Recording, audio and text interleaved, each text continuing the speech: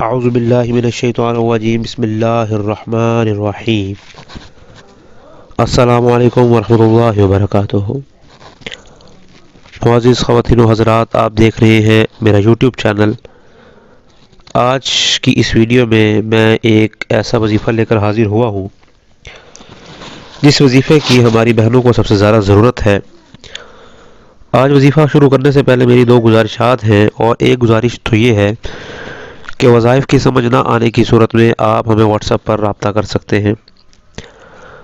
اگر آپ چاہتے ہیں یا آپ کو لگتا ہے کہ آپ کے مسائل جو ہیں وہ حد سے زیادہ ہیں، تو تب بھی آپ ہم سے رابطہ کر سکتے ہیں۔ مسائل کو حل کروانے کے لیے بھی رابطہ کیا جا سکتا ہے۔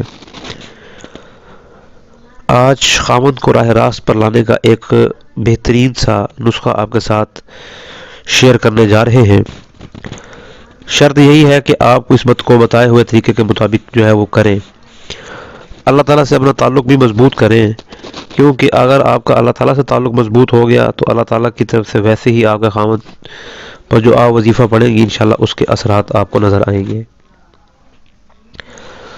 راہ راست پر لانے کے نسخے میں سب سے زیادہ ایک شک اور شبہ دوسری عورت سے آپ کے شوہر کے ناجائز تعلقات ہو سکتے ہیں، یا حرام کی کمائی بھی ہو سکتی ہے۔ تو اس سے آپ اپنے شوہر کو کیسے باز رکھ سکتی ہیں، یا اس کو راہ راست پر کیسے لے کر آ سکتی ہیں؟ تو اس کے لیے آپ نے 11 دن تک 141 مرتبہ سورہ مائدہ کی آیت نمبر 100، جو کہ قُل لا یستوی سے شروع ہو کر تفلحون تک ختم ہوتی ہے،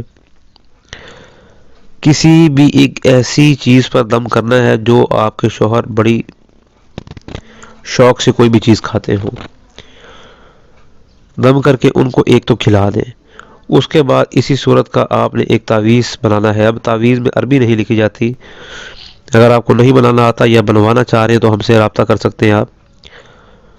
اس کا جو تعویذ ہے وہ آپ کسی بھی طریقے جو ہے آپ شوہر کے جسم پر باندھنے میں اگر کامیاب ہو جائیں تو ٹھیک ہے، نہیں تو اس تعویذ کو آپ نے شوہر کے جو سر کے نیچے جو تکیہ رکھا جاتا ہے اس میں آپ نے چھپا دینا ہے۔